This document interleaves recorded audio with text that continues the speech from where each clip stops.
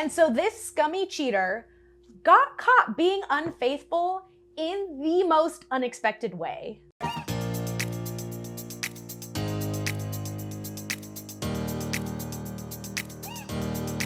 Hi everyone, welcome back to my channel, or to it if this is the first time you are seeing my face. Thank you for clicking on it. My name is Jacy. I like to do story times on this channel, and today we have an insane secondhand story time. Now, a secondhand story time is a story, not something that I experienced personally, but of a friend or somebody that I know that is so crazy it could not go untold. So today I'm going to be talking about a super crazy cheater story, and I don't think you guys will know how this ends. So make sure to stick around until the very end because it's crazy. But with that being said, let's just hop right into the story time because there's a lot to get through and there's a lot of plot twists that I don't want to miss out on. So there are a couple of couples involved, and just so we don't get them confused, I'm going to make their names rhyming. Of course, these aren't their real names, but that way it's just easier to follow along. But the first couple is going to be Danny and Annie. So Danny and Annie were dating for about 3 years. They were super solid, and they were just a wonderful couple. Annie's best friend was Karen. They were best friends since middle school. You know, one of those pairs of best friends where they are just two peas in a pod. They have so much history together. They spend all their time together, and they're just BFFs. But what was also cool is that Karen was actually pretty close with Annie's boyfriend, Danny. You know, they were one of the couples where even though Karen would kind of third wheel, she got along well with Danny, and she considered him a friend as well, and not just Annie's boyfriend. So Karen, unfortunately, had just broken up with her longtime boyfriend because he cheated on her. And she was pretty torn up about it, really had to grieve for a little bit, but after a few months, she was ready to get back into the dating pool. She wanted to hop right in out there and, I don't know, start canoodling with new boys. So Danny was kind of a workaholic. He worked for one of those companies that makes you work like 80 hours a week. He's always in the office, always going on work trips, and work was just his life. He was very career driven. And Annie knew this because she was dating Danny, and obviously he was married to work. But as a result, they would often go to a lot of work events together, a lot of work mixers, and she kind of knew all about his work life. So she tells her best friend Karen, hey, Danny works with this really cute boy named Aaron, and I've kind of chit-chatted with him, and I think he's single. Why don't you come to the next work event? And maybe you guys might hit it off a little bit. So again, Karen was ready to get back in the dating world, and she was like, yeah, I'm also looking for a fun excuse to get all dressed up. Let's do it. So Karen third wheels for Danny and Annie to Danny's work event and sees Aaron across the room. Their eyes meet. They're dancing on the dance floor. I don't know if there's dancing at work events, but regardless, they hit it off and sparks absolutely fly. So Karen is asking Danny, like, Danny, what can you tell me about this boy Aaron? Like, he's cute, we exchange numbers, like maybe I'm gonna go out on a date with him. And Danny's like, I'm actually not that close with Aaron, like it's a pretty big company, but he seems like a good guy, maybe you should go for it. And so Karen, again, being friends with Danny, heeds his advice and goes on a date with Aaron. They date for a little bit, everything's going wonderfully, and then they decide to become boyfriend and girlfriend. So Karen and Aaron, big surprise, is our other couple. So Karen and Annie are stoked because not only do they hang out all the time anyway, but now their boyfriends are mutual. So it's not like they have to babysit their boyfriends or set them up on man dates. They actually know each other, so they could double date all the time. They could hang out without it being awkward. And they're just super excited to be running in the same circles. And inevitably, as a result, Danny and Aaron become closer. They start becoming work besties because, again, they're working long hours in the office. They're going on these work trips that they're starting to be like, all right, we can bro out. And before you know it, Karen, Aaron, Danny, and Annie just become the best of friends. They are the four blind mice, the four amigos, the four stooges.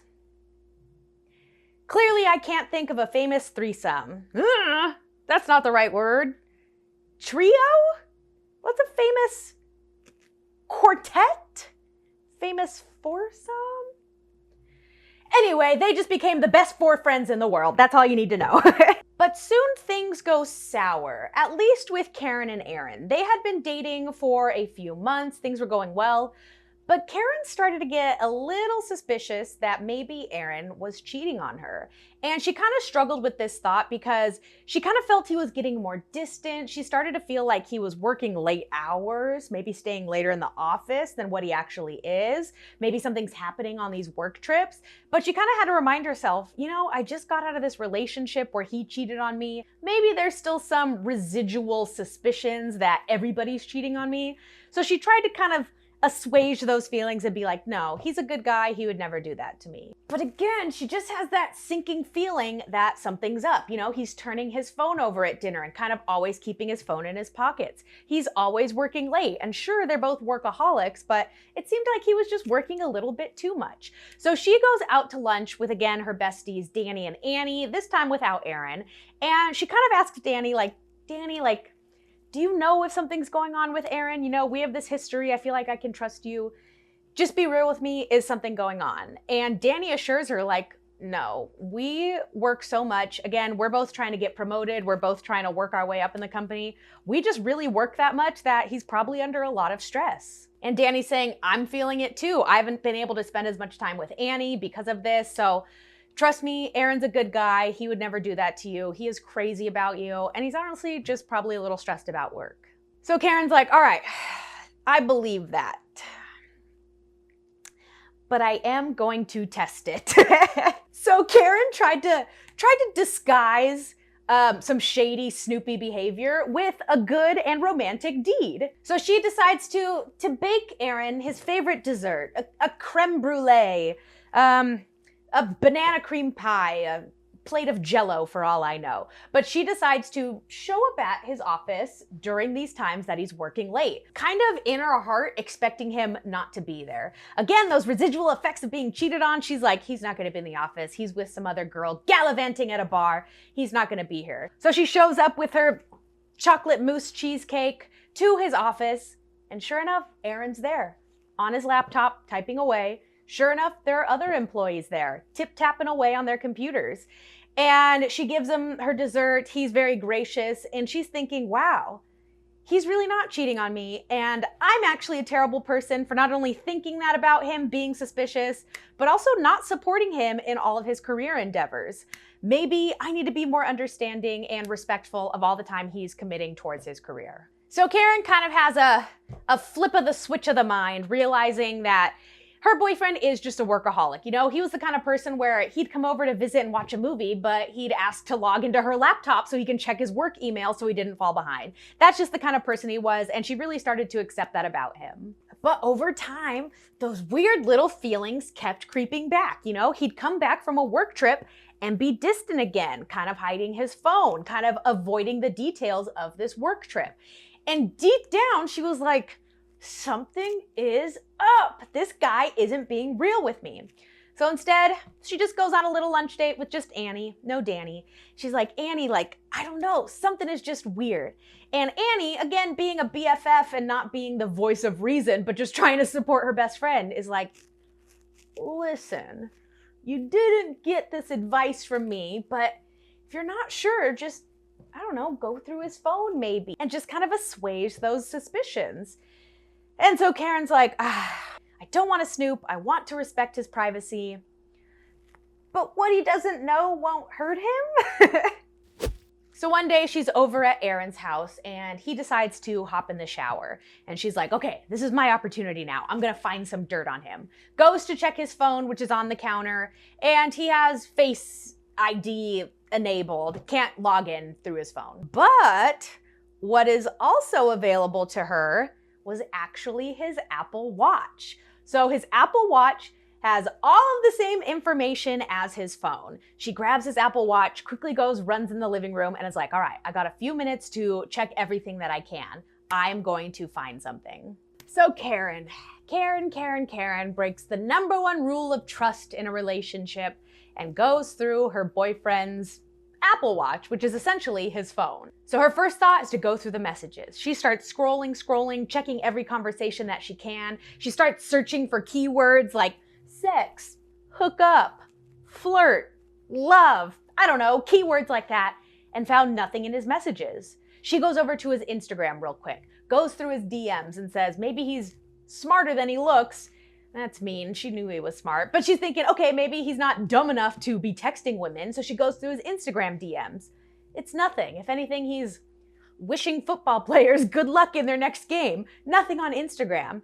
She goes to see, cheaters use Snapchat because those messages disappear and they can send little flirty pictures to each other. He doesn't have Snapchat. So she goes through every social media platform, she's going through all of his messages, and there is just nothing. And she kind of experiences some weird feelings. Of course, it's relief that she didn't find that he was cheating on her, but then also that guilt that immediately sets in where she's like, shoot, I just went through all of his private messages and found nothing. But again, she's also thinking, well, what he doesn't know won't hurt him. Let me just go slyly slide his Apple Watch back on the counter and he won't know.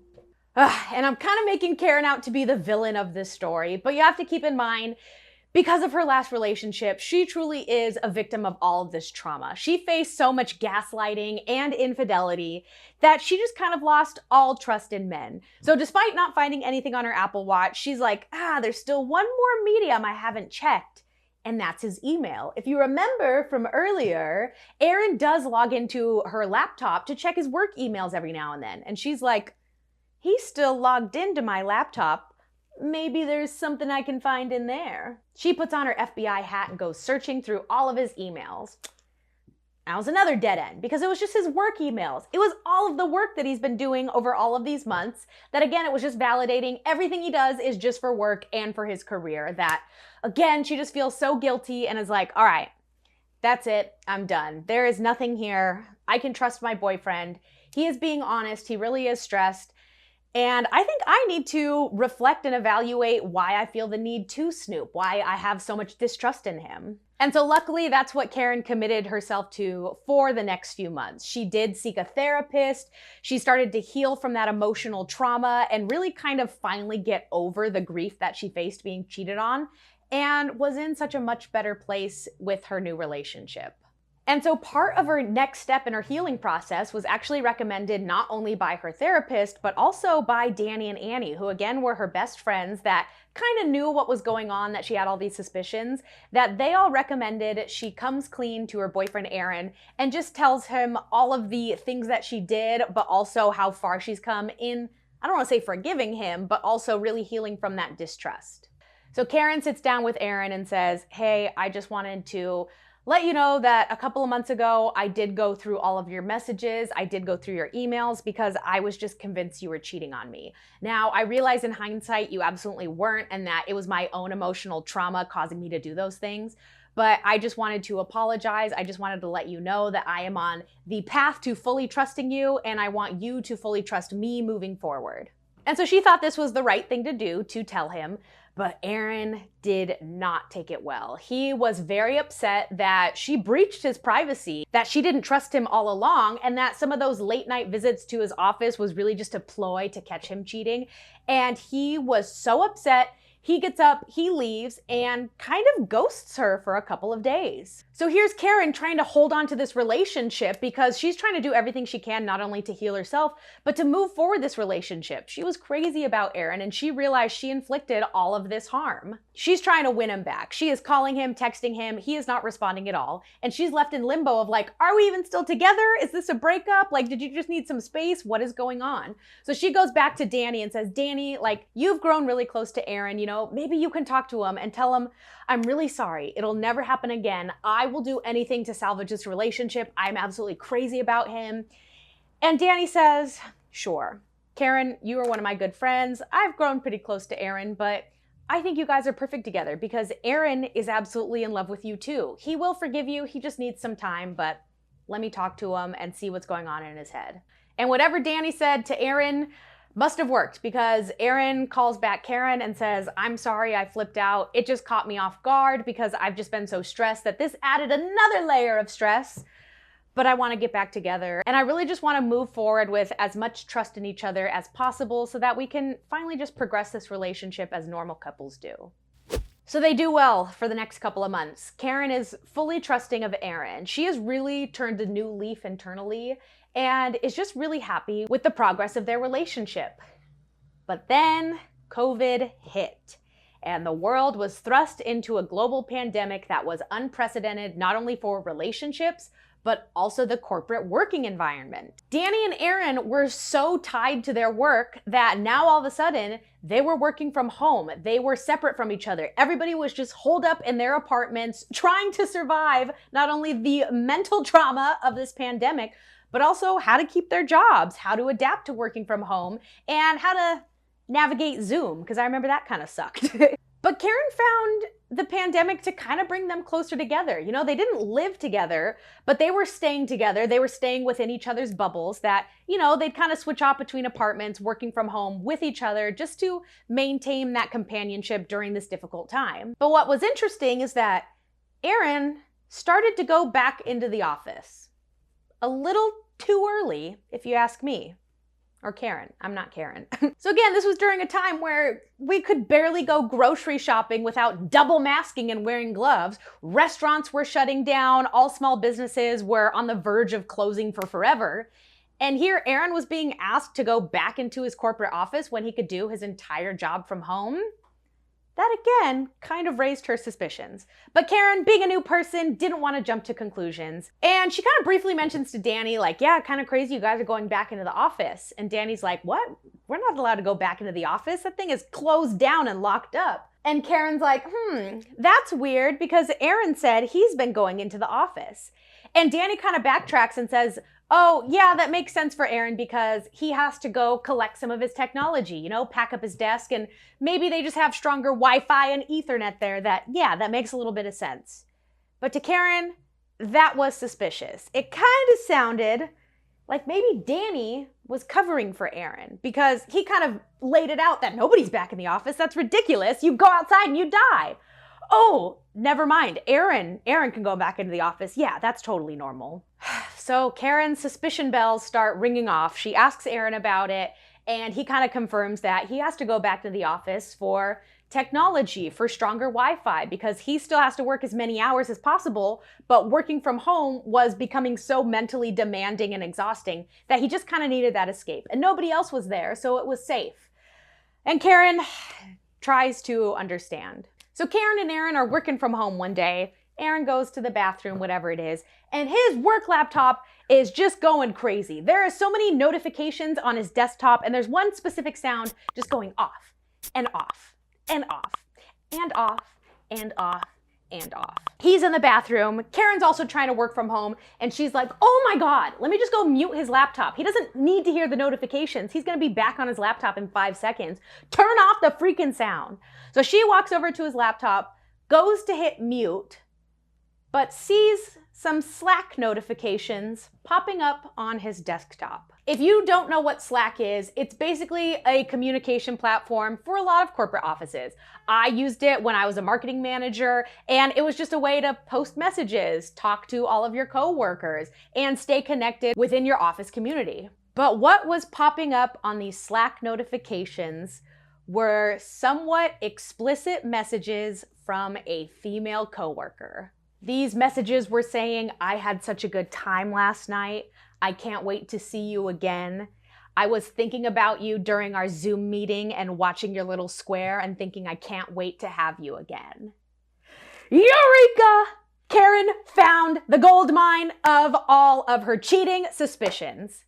Aaron was having an affair and communicating with his mistress on Slack, on company communication, on the corporate messaging platform of Slack. She knew it, and once she caught him red-handed and had all of the evidence she needed, that's when she started going through her Slack message and realizing how deep this cheating had actually gotten. Aaron was working late in the office, but hooking up with this coworker. Aaron was going on these work trips, but hooking up with this coworker who was also on the work trips. Aaron was messaging her on Slack because he knew he couldn't keep it on any other platforms that she might check.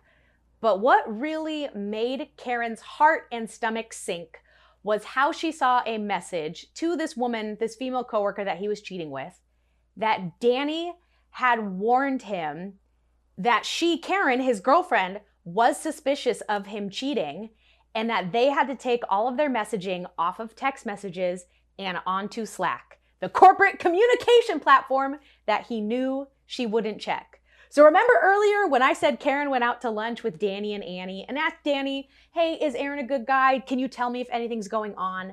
Danny had gone to Aaron, his new work buddy, and gave him a heads up that Annie was suspicious. So of course, Karen and Aaron have a massive blow up, have a huge argument. They inevitably break up. You know how it goes. He denies it, realizes he's caught red-handed, tries to gaslight her and say it's all in her head, but has to come clean and tell her everything. Although everything was in the messages, she knew it. Karen and Aaron break up. So in the midst of this breakup, she goes and contacts her best friend Annie and sends her screenshots of some of these conversations and says, hey, I just want to let you know that your boyfriend Danny, who I thought I was really good friends with, actually tipped off my boyfriend that I was suspicious. I just want to let you know because I'm wondering if Danny knew about this the whole time and was covering for him, and whose side is he on? I thought he was my friend, but clearly he was trying to give Aaron some sort of warning. So I just want to let you know that, hey, maybe your boyfriend is kind of shitty too. So Annie's shocked by this because, hello, she's best friends with Karen. She's known her since middle school. She might be taking her side. Confronts Danny and says, Danny, what's this all about? Karen just caught Aaron cheating, and he said that you tipped him off that she was suspicious. What the heck is going on? So Annie confronts Danny and was like, hey, buddy boy, hey, boyfriend of 3 years. Did you know this was going on? Did you know Aaron was cheating on my best friend and didn't say anything? Did you know he was off gallivanting on these work trips and hooking up in the office late at night? Did you know? Because you're the one who tipped him off. And Danny says these 3 words that will forever haunt Annie.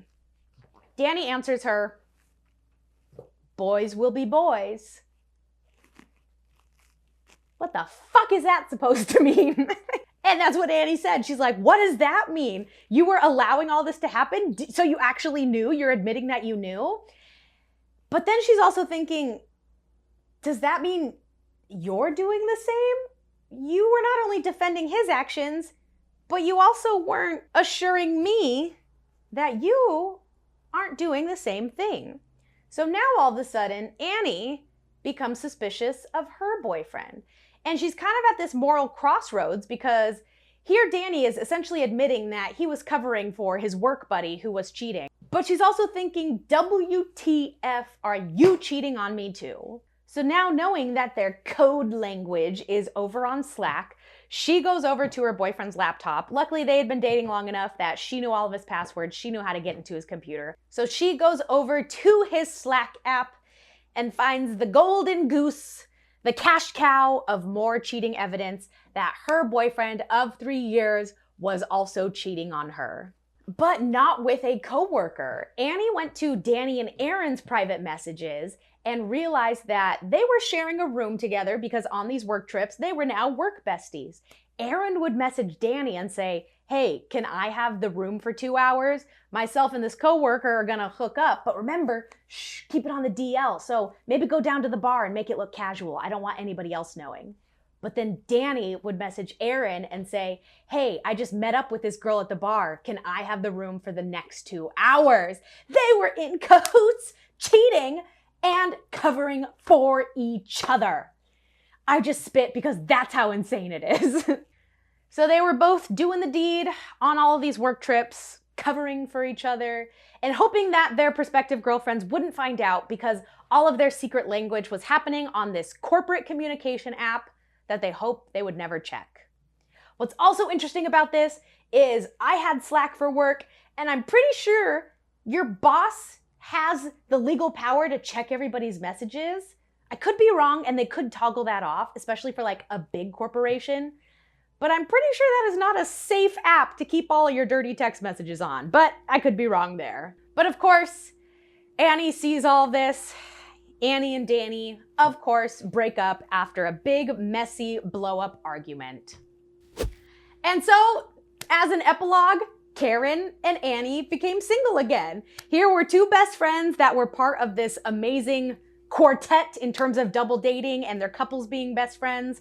And now it was just the 2 of them, these 2 middle school besties, back on their own, single and away from these toxic men who continued to lie and cheat on them. And poor Karen, she got cheated on twice, and did all that inner healing only for it to happen again.